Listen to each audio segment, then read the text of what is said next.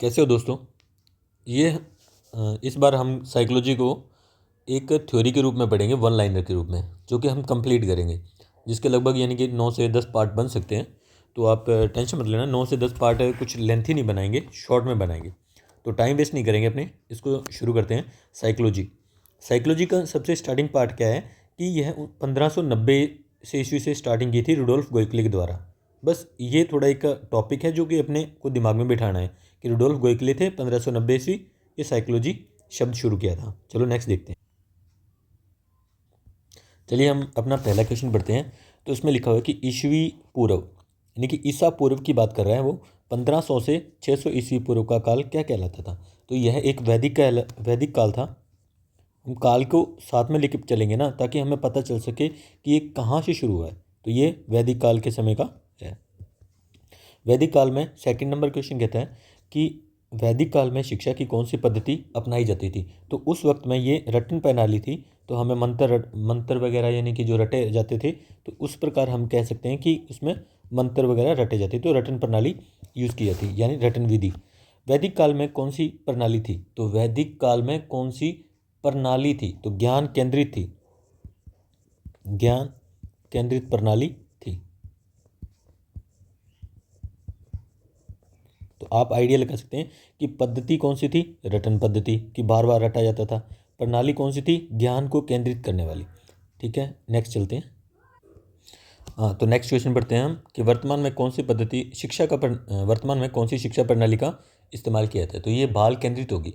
हम बालक को ध्यान में रख के ही आजकल यानी कि शिक्षण विधियों का प्रणाली शिक्षा का उपयोग होता है। तो बाल केंद्रित प्रणाली। नेक्स्ट क्वेश्चन है कि उसमें कहा जाता है कि ज्ञान केंद्रित प्रणाली से बाल केंद्रित प्रणाली की तरफ मतलब कोई लेके आएगा, किसके द्वारा रूपांतरित की गई। तो ये मनोवैज्ञानिक के द्वारा रूपांतरण की गई। तो हम लिख सकते हैं कि मनोवैज्ञानिक के द्वारा। नेक्स्ट देखिए, नेक्स्ट क्वेश्चन देखिए। इसमें लिखा हुआ है कि मनोवैज्ञानिक विज्ञान का केंद्र कौन से वेद में है। तो विज्ञान का ज्ञान कौन से वेद में है। नेक्स्ट क्वेश्चन देखिए। इसमें लिखा हुआ है कि विज्ञान का ज्ञान कौन से वेद में है। तो कौन से वेद में माना जाता है। तो इसे मानते हैं हम ऋग्वेद के अंदर। तो सीधी सी बात है, जादू टोटके टोना आदि ये सब मतलब कौन से वेद में इस्तेमाल किए जाते हैं। तो ये किए जाते हैं अर्थवेद के अंदर। नेक्स्ट क्वेश्चन देखिए। किसने कहा, 8 नंबर क्वेश्चन, किसने कहा कि मनुष्य को अपने आप की खोज, यानी कि मनुष्य को अपने आप समय की खोज करो। तो ये कहने वाले थे सुकरात हमारे। तो और ये किस किस समय कहा गया था, तो ये भी हमें पता होना चाहिए। तो ये जो सुकरात थे वो 5वीं ईसा पूर्व के समय कहा गया था। तो 5वीं ईसा पूर्व मान सकते हैं। नेक्स्ट नेक्स्ट क्वेश्चन देखिए, 9 नंबर, कहते हैं सुकरात का शिष्य। अब सुकरात का आगे शिष्य बनाएंगे तभी यह पीढ़ी आगे चलेगी। तो सुकरात का शिष्य बनाएगा हमारा प्लेटो, जो कि 5 से 4 ईस्वी के अंदर माना जाता है। तो ये मान सकते हैं। उसके बाद 10 नंबर क्वेश्चन देखें कि ईश्वर प्रकृति मनुष्य, ये देखो ईश्वर आ गया, उसके बाद प्रकृति की बात करेंगे, फिर मनुष्य का विचार किसने दिया। ये इस तरह से बंधे हैं कि इनको अलग नहीं किया जा सकता। यानी कि ईश्वर मान सकते हो, प्रकृति, फिर प्रकृति से मनुष्य का निर्माण हुआ। तो ये तीनों ही मतलब इस तरह से बने हुए कि इनको अलग नहीं किया जा सकता। तो यह मतलब किसके द्वारा कहा गया है, यह प्लेटो ने अपनी परिभाषा दी थी। उसके बाद नेक्स्ट देखिए, मनुष्य में आत्मा पाई जाती है। मनुष्य के अंदर उसने खोज की भैया सबसे पहले। तो किसने कहा कि मनुष्य को अपने आप की खोज करो, तो सुकरात ने कहा। फिर उसने उसका सुकरात का शिष्य मतलब प्लेटो बना, और प्लेटो ने खोज की, तो उसने कहा भैया इसके अंदर तो एक आत्मा है। क्या कहा, आत्मा। तो ये किसने कहा, प्लेटो ने। नेक्स्ट नेक्स्ट देखिए, इसमें लिखा हुआ कि नोट, अरस्तु का मनोवैज्ञानिक 2000 साल तक चला था। कितने, 2000, बहुत ही लेंथी था। यानी कि उसका मनोवैज्ञानिक का जो भी उसने जो कॉन्सेप्ट अपना दिया था वो 2000 तक रेगुलर चलता रहा। उसके बाद नेक्स्ट क्वेश्चन देखिए, 12 नंबर, आत्मा ही परमात्मा है। कहता है कि आत्मा ही क्या है, परमात्मा है। तो पहले आत्मा की खोज किसने की, प्लेटो ने। तो ये भी डायलॉग कौन बोलेगा, प्लेटो ही बोलेंगे भाई साहब। उसके बाद मनुष्य को आत्मा की खोज करो। फिर पहले तो मनुष्य की खोज की, फिर आत्मा मिली। अब कहते हैं कि आत्मा की भी खोज करो। तो ये कौन लग कहने के, तो यह इसके बाद जो भी आएगा। तो रस्तु आया इसके बाद, तो रस्तु ने कहा।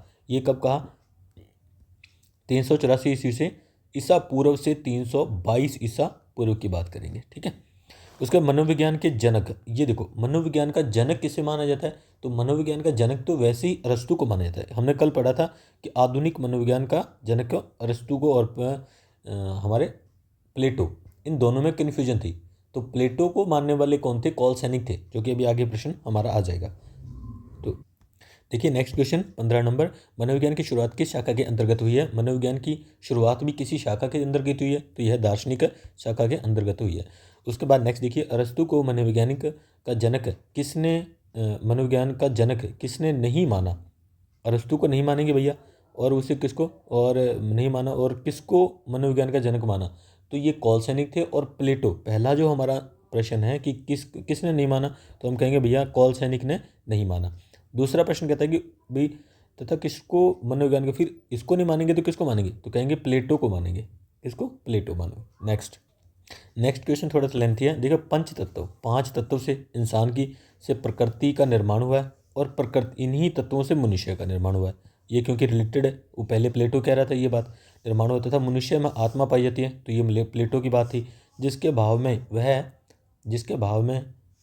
में वह किसी परमात्मा परम सत्ता को ईश्वर के रूप में स्वीकार करती है।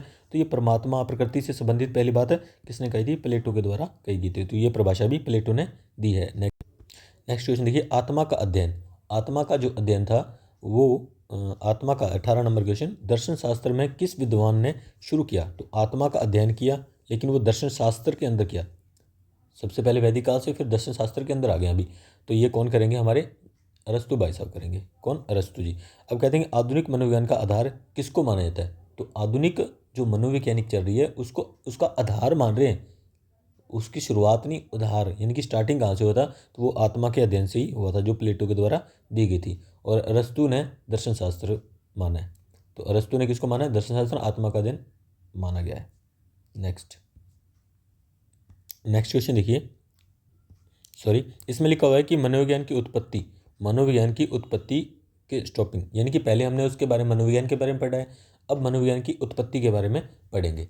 तो जो पहला क्वेश्चन 20 नंबर क्वेश्चन हमारा कहता है कि मनोविज्ञान की उत्पत्ति कहाँ से हुई है? पहला 20 नंबर क्वेश्चन पढ़ते हैं इसके अंदर। इसमें लिखा हुआ है कि 1590 ईस्वी में 1590 रुडोल्फ गोयकले थे, जो बुक के हमारे पृष्ठ पे लिखा हुआ था, ने कौन सी पुस्तक लिखी? तो सबसे पहले कौन सी पुस्तक लिखेंगे इसके बारे में कहा गया। तो उन्होंने लिखेगी साइकोलॉजिया नामक पुस्तक लिखी गई। अब ये कौन सी ईस्वी में लिखी गई? तो ये 16वीं सदी में। 16वीं सदी का मतलब 1590 के आसपास है, मतलब लिखी गई थी। स्टार्टिंग ही हमारा यहाँ से हो रहा है।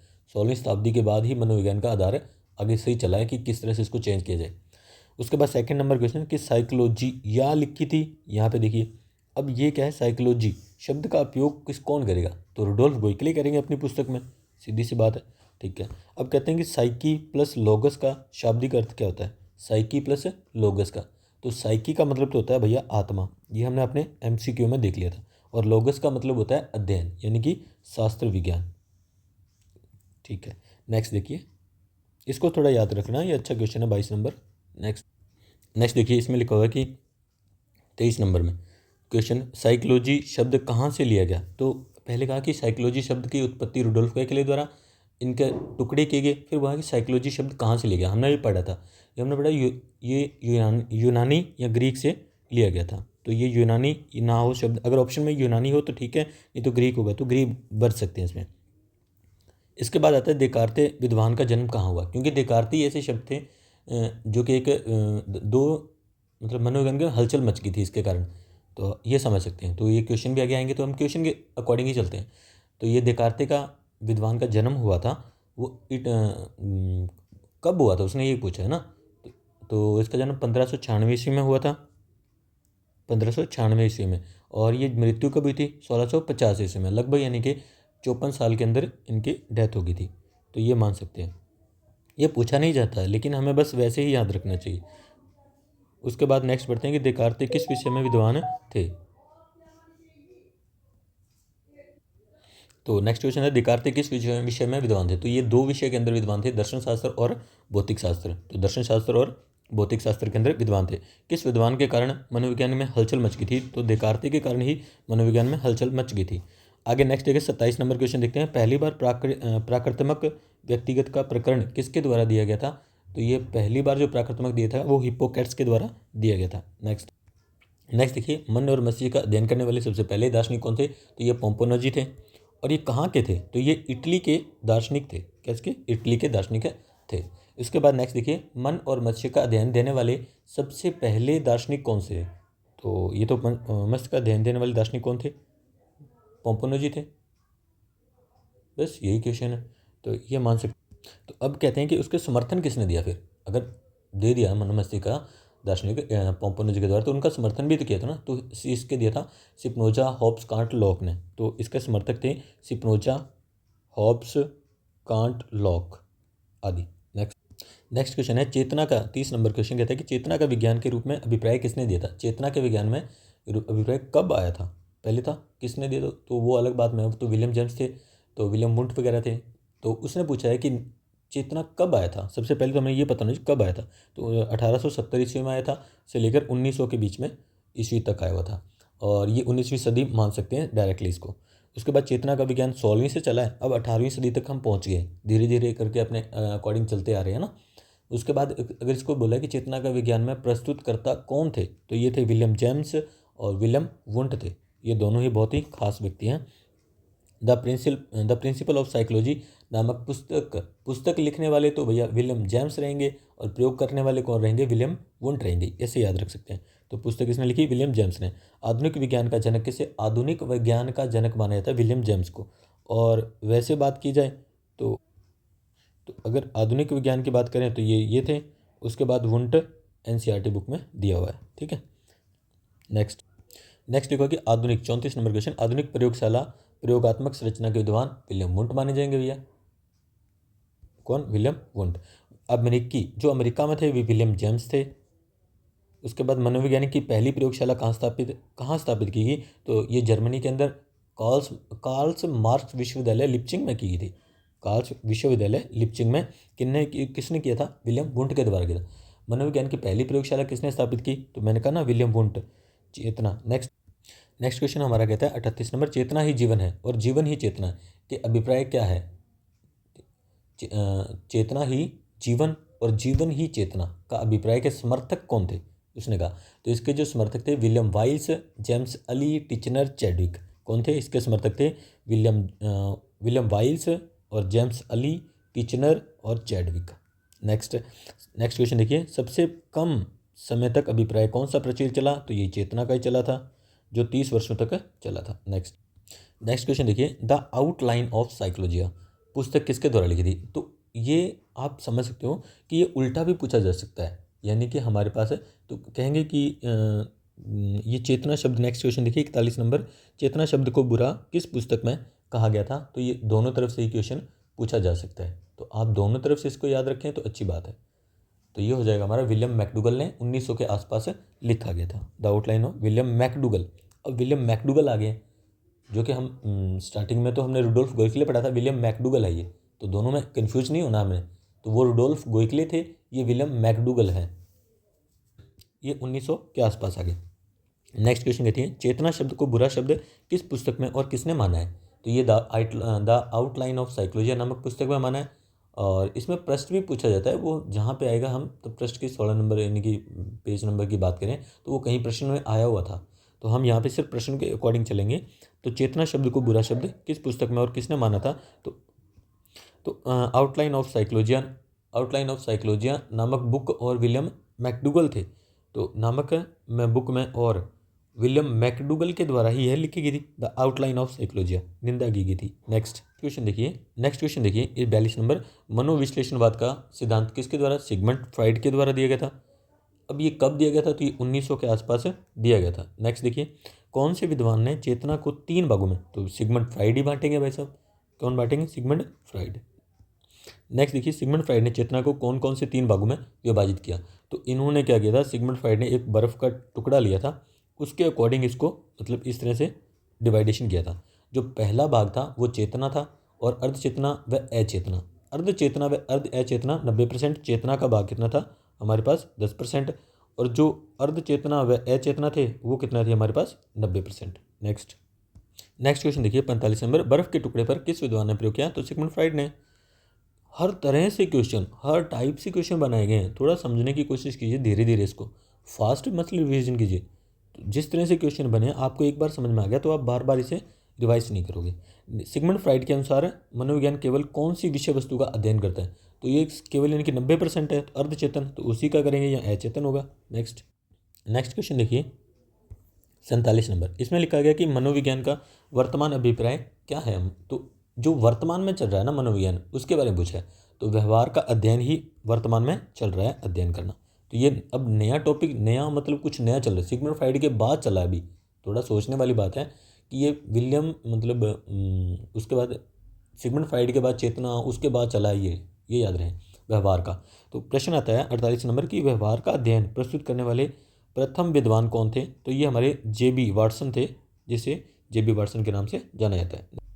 नेक्स्ट देखिए 50 नंबर, व्यवहारवादी अध्ययन के समर्थक कौन थे, तो व्यवहारवादी के समर्थक भी होंगे अभी।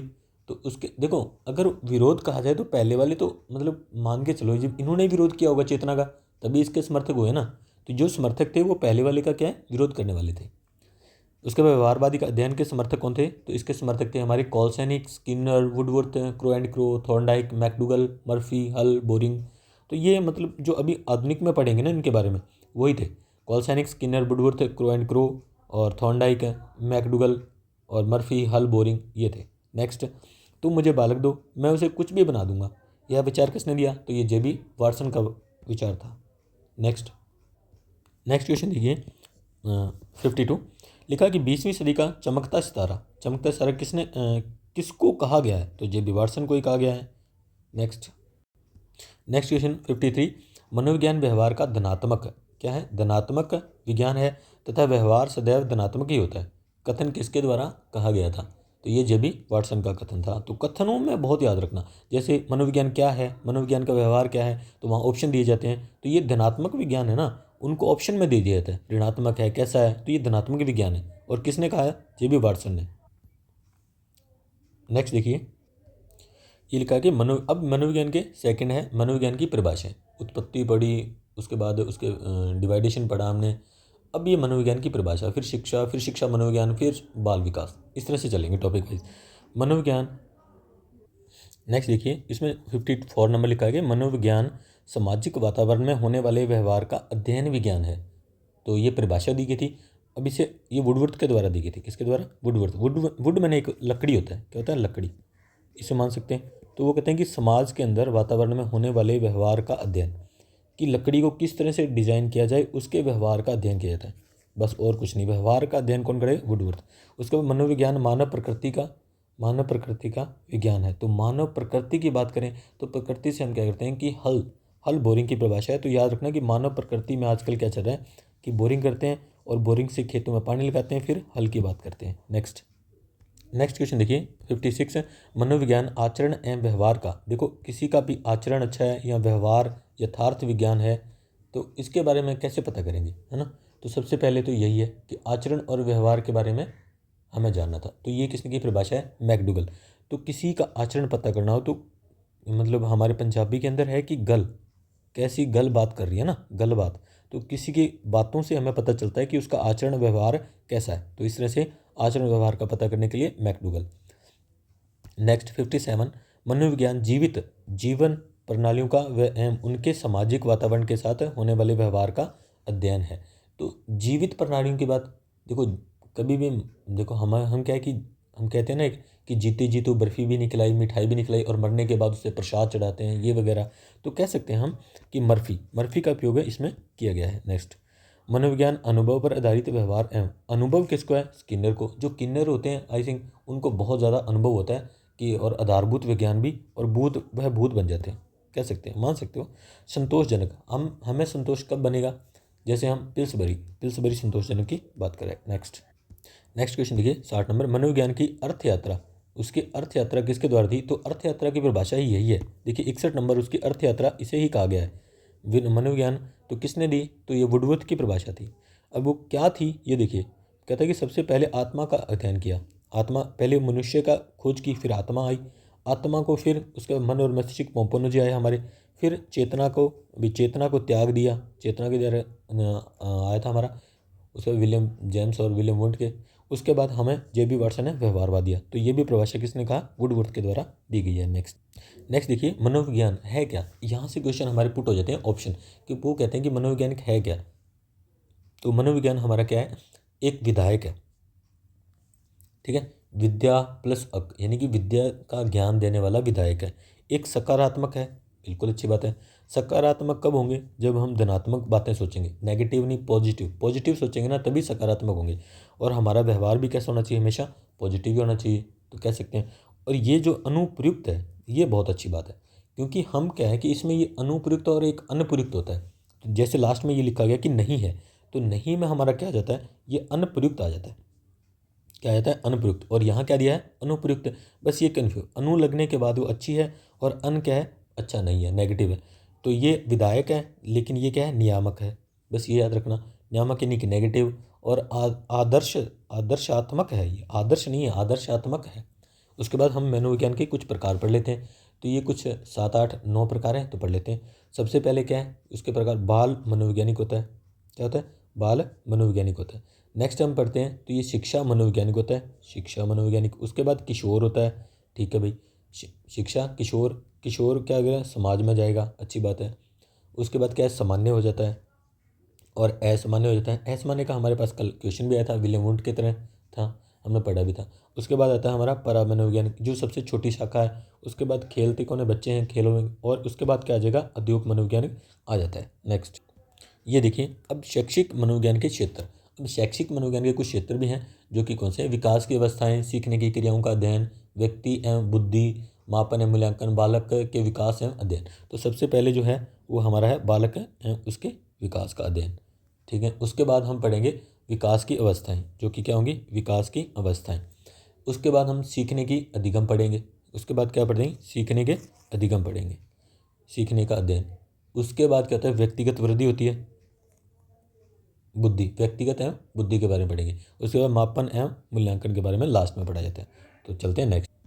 अभी देखिए, अभी हमारा जो नेक्स्ट टॉपिक है वो है शिक्षा।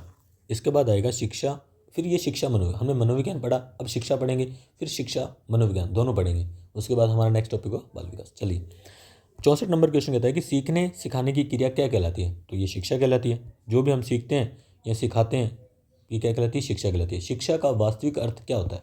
तो शिक्षा का जो वास्तविक अर्थ होता है वह प्रकाशित करना या परिमार्जन करना, प्रकाशित करना या परिमार्जन करना। लेकिन ये तो एक सेटिस्फैक्शन नहीं होता ना। उसके बाद पढ़ सकते हैं हम, शिक्षा अज्ञान रूपी अंधकार को मिटाकर ज्ञान रूपी प्रकाश दिया जाता है। तो अज्ञान रूपी प्रकाश को मिटाकर ज्ञान रूपी प्रकाश दिया जाता है। नेक्स्ट क्वेश्चन, एजुकेशन शब्द किस भाषा से लिया गया है? तो एजुकेशन एक लैटिन भाषा शब्द है, तो लैटिन भाषा से लिया गया है, ठीक है। अब नेक्स्ट बढ़ते हैं हम शिक्षा की कुछ परिभाषाएं, तो उनके बारे में पढ़ लेते हैं। शिक्षा मानव व्यक्ति में, इतना ही है बस, Latin to education is Latin भाषा, याद ही रखना पड़ेगा। शिक्षा मानव व्यक्ति में शारीरिक, मानसिक एवं बौद्धिक परिवर्तन करता ही है। यह विचार किसके द्वारा दिया गया था? तो मानव मस्तिष्क में शरीर, मानसिक एवं बुद्धि परिवर्तन करती है। तो ये प्लेटो ने कहा था। किसने कहा था? प्लेटो ने। शिक्षा का अर्थ, शिक्षा का नेक्स्ट क्वेश्चन देखिए, शिक्षा का कार्य स्वस्थ शरीर में स्वस्थ मस्तिष्क का निर्माण करना, स्वस्थ शरीर में स्वस्थ मस्तिष्क। तो ये अरस्तु कहते थे। कौन? अरस्तु। नेक्स्ट देखिए, जिस प्रकार से फसल के लिए कृषि होती है, जिस प्रकार फसल के लिए कृषि होती है, उसी प्रकार मनुष्य के लिए शिक्षा होती है। बिल्कुल अच्छी बात है। तो यहाँ से ऐसा पूछा जा सकता है कि मनुष्य के लिए क्या जरूरी है? तो ये हमें याद रखना पड़ेगा कि उसी प्रकार मनुष्य के लिए क्या है? शिक्षा जरूरी है। बस ये इनसे कंपैरिजन करवा के हमसे ये क्वेश्चन पूछा जा सकता है, आप इसे याद रखें। यह कथन दिया था, तो ये कथन किसके द्वारा दिया गया था? तो ये हो जाएगा हमारा अरस्तु नहीं, ये था जॉन लॉक। कौन थे? जॉन लॉक थे। शिक्षा से मेरा अभिप्राय है मनुष्य के शरीर आत्मा मस्तिष्क सर्वांगीण। जब भी ये सर्वांगीण विकास या सर्वोत्तम विकास की बात करेंगे, कल भी आया था, विकास से क्या ये कथन दिया था? तो ये गांधी के द्वारा कथन दिया गया था। नेक्स्ट देखिए, शिक्षा बालक की पूर्व निहित पूर्णता को अभिव्यक्त करती है, व्यक्त करती है। दो कहते हैं कि शिक्षा बालक की पूर्व निहित पूर्णता। तो पूर्व निहित पूर्णता के बारे में पढ़ेंगे, तो ये विवेकानंद के द्वारा कथन था। नेक्स्ट देखिए, 72, शिक्षा बालक की आंतरिक शक्तियों को बाह्य शक्तियों में रूप देती है। यह किसने कहा था? ये फ्रॉबेल के द्वारा कथन कहा गया था। नेक्स्ट नेक्स्ट क्वेश्चन देखिए 73, शिक्षा बालक की आंतरिक जन्मजात अभियोग्यताओं आंतरिक व जन्मजात अभियोग्यताओं का स्वाभाविक समरस एवं प्रगतिशील विकास करती है। यह किसका कथन था? तो ये हमारी पेस्टालॉजी का कथन था। नेक्स्ट, शिक्षा बालक में शारीरिक एवं मानसिक विकास करती है। शिक्षा बालक में शारीरिक और मानसिक का विकास करती है। तो ये अच्छी परिभाषा कौन देगा? कॉलसैनिक। नेक्स्ट देखिए 75, अब शिक्षा और मनोविज्ञान की एक तुलना की गई। तो शिक्षा हमारी क्या होती है? व्यवहार में परिमार्जन लाने वाली एक क्रिया होती है। व्यवहार में परिमार्जन लाने वाली क्रिया होती है। नेक्स्ट अगर देखा जाए कि मनोविज्ञान क्या है, तो व्यवहार का अध्ययन करना ही मनोविज्ञान कहलाता है। अब इन दोनों को मिला दिया जाए तो इनसे बनेगा व्यवहार में परिमार्जन लाने के लिए व्यवहार का अध्ययन, कि व्यवहार में परिमार्जन लाने के लिए व्यवहार का अध्ययन। नेक्स्ट, ये हमारा आज के दिन का लास्ट टॉपिक होगा, शिक्षा मनोविज्ञान। हमने मनोविज्ञान के बारे में पढ़ लिया, शिक्षा के बारे में पढ़ लिया, अब इनको मिला के भी पढ़ लेते हैं। तो इनको मिला के पढ़ते हैं। तो 76 नंबर क्वेश्चन है, शिक्षा मनोविज्ञान के प्रयोगों एवं सिद्धांतों का शिक्षा में अनुप्रयोग है। तो क्या है? अनुप्रयोग है। यह कथन किसके द्वारा दिया गया था? तो ये जो कथन था वो कॉलसैनिक के द्वारा दिया गया था। नेक्स्ट देखिए, अब कहते हैं कि शिक्षा मनोविज्ञान 77, शिक्षा मनोविज्ञान बालक के शैक्षिक क्रमबद्ध विकास का अध्ययन किया था। यह कथन किसका था? तो ये स्टीफन का कथन था। नेक्स्ट, ये था 78, शिक्षा मनोविज्ञान की वह शाखा है जो शिक्षण एवं अधिगम से संबंधित है। शिक्षण एवं अधिगम से संबंधित है। यह कथन किससे कहा था?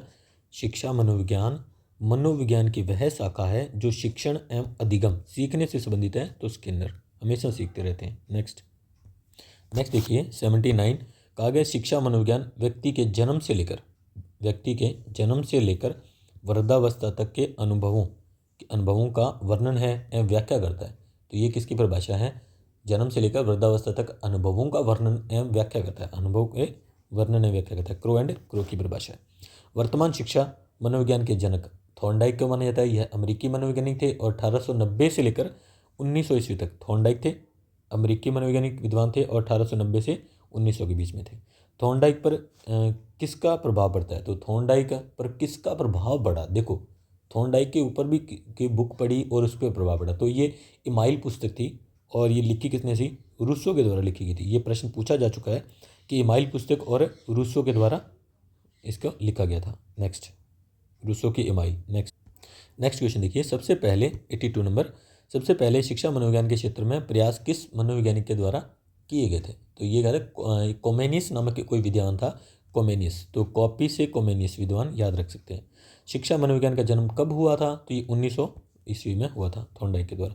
इमाइल पुस्तक में रूसो को क्या विचार था? तो अब विचार पूछ लिया। इमाइल पुस्तक तो हमने पढ़ा था, लेकिन रूसो ने लिखी थी और इसमें क्या विचार थे? तो इसमें विचार लिखे गए थे कि बालक एक पुस्तक के समान है, शिक्षक उसे अधोपांत पढ़ना चाहिए। बालक है एक पुस्तक के समान है और शिक्षक को उसे अधोपांत की तरह पढ़ना चाहिए। नेक्स्ट देखिए 85, किसको शिक्षा में मनोविज्ञान दृष्टिकोण लाने का श्रेय जाता है? तो किसको शिक्षा में मनोविज्ञान दृष्टिकोण लाया? शिक्षा के अंदर मनोविज्ञान को दृष्टिकोण लाने का रूसो को जाएगा। किसको जाएगा? रूसो को। नेक्स्ट देखिए, शिक्षा मनोविज्ञान के आधार पर शिक्षक प्रशिक्षणों की शुरुआत सबसे पहले कब और कहाँ हुई? तो ये 1900 ईस्वी में हुई थी और अमेरिका के अंदर।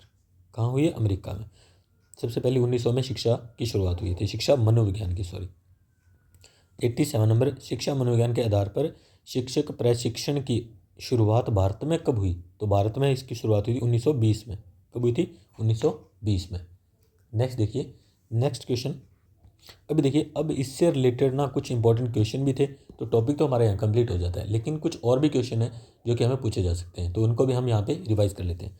88 नंबर क्वेश्चन कहता है कि मनोविज्ञान अनुभव एवं व्यवहार का आधारभूत। देखो, आधारभूत स्किनर की परिभाषा थी, अच्छे से हमने पढ़ा था, और अनुभव उससे मिलते हैं, तो स्किनर। आधुनिक मनोविज्ञान के बारे में हमने पढ़ा था।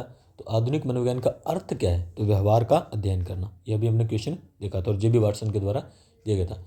मनोविज्ञान की प्रयोगशाला किस मनोविज्ञान ने की थी? विलियम वुंट के द्वारा थी, और ये 1879 में जर्मन के विद्वान थे, और इसको जर्मन के विज्ञान थे लिप्चिंग कार्ल मार्क्स विश्वविद्यालय में इसको दिया गया था। नेक्स्ट, मनोविज्ञान का जनक। अब मनोविज्ञान का जनक अरस्तु को माना जाता है, ठीक है, और कह सकते हैं कि मनोविज्ञान का जनक अरस्तु 384 ईस्वी से 322 ईस्वी पूर्व यूनान में। नेक्स्ट इसके कहते हैं कौल सैनिक के अनुसार मनोविज्ञान का जनक प्लेटो को माना गया था। प्लेटो को माना, अरस्तु को नहीं माना, प्लेटो को माना। ये क्वेश्चन हमने पढ़े हुए हैं भाई, तभी मैं सिर्फ रिवाइज करा रहा हूँ। साइकोलॉजिया नामक पुस्तक अब रुडोल्फ गोएकली के द्वारा 1590 ईस्वी में और 16वीं शताब्दी के अंदर लिखी गई थी। अब यह साइकोलॉजी शब्द मूल रूप से कहाँ से लिया गया था? तो ग्रीक या यूनानी से लिया गया था। नेक्स्ट देखिए, प्रिंसिपल ऑफ साइकोलॉजिया नामक पुस्तक, प्रिंसिपल ऑफ साइकोलॉजिया विलियम जेम्स ने लिखी थी, 1890 ईस्वी में लिखी थी। नेक्स्ट, आधुनिक मनोविज्ञान का जनक किसे कहा जाता है? तो विलियम जेम्स को आधुनिक मनोविज्ञान का जनक माना जाता है। नेक्स्ट, अभी नेक्स्ट क्वेश्चन देखिए 97, मनोविश्लेषण संप्रदाय किसने दी? सिगमंड फ्राइड के द्वारा दिया गया था। मनोविश्लेषण। शिक्षा शब्द संस्कृत की किस धातु से, शिक्ष धातु से बना है? तो इसका पूरा विश्लेषण किया जाए संधि से तो शिक्ष प्लस है शिक्षा। साइकी शब्द का अर्थ करता है, तो साइकी आत्मा होती है, ये पढ़ लिया हमने। नेक्स्ट, मनोविज्ञान को मन एवं मस्तिष्क का विज्ञान किसने बताया? तो पोम्पोनोजी द्वारा बताया गया था, और यह इटली के दार्शनिक थे, 17वीं शताब्दी के अंदर बताया गया था। नेक्स्ट, मनोविज्ञान का एक विज्ञान है। मनोविज्ञान एक विज्ञान है, ये क्या है? अभी मैंने कहा था कि इनको पढ़ लेते हैं, तो ये एक विधायक है। क्या है? विधायक, नियामक नहीं है, विधायक है। मनोविज्ञान को व्यवहार का विज्ञान किसने कहा है? मनोविज्ञान को व्यवहार का, तो जेबी वाटसन के द्वारा व्यवहार का अध्ययन दिया गया था। नेक्स्ट देखिए 103 नंबर, यह कथन पहली बार किसने कहा था? हे मनुष्य, ईश्वर की खोज करने के बजाय अपने मन में झांक कर देख, तू जो चाहता है वह मिलेगा। यह कहा है, मनुष्य की खोज करने के बजाय अपने मन में झांक कर देख, तू जो चाहता है वह मिलेगा। तो ये सुकरात का शब्द था। किसका? सुकरात का। 104 नंबर, मनोविज्ञान की पहली प्रयोगशाला की स्थापना 1879 में हुई थी, और विलियम वुड ने लिप्चिंग शहर के कार्ल मार्क्स विश्वविद्यालय में की थी। नेक्स्ट, चलिए अब नेक्स्ट देखिए। नेक्स्ट हमारा जो टॉपिक है वो होगा हमारा बाल विकास। क्या होगा? बाल विकास। तो इसके बारे में हम नेक्स्ट वीडियो में देखेंगे, सेकंड वीडियो में। चलिए, तो मिलते हैं हमारे नेक्स्ट वीडियो के अंदर, और इसे लाइक एंड सब्सक्राइब जरूर कर दीजिए, वो आपकी इच्छा है। Next, thank you video watching के लिए।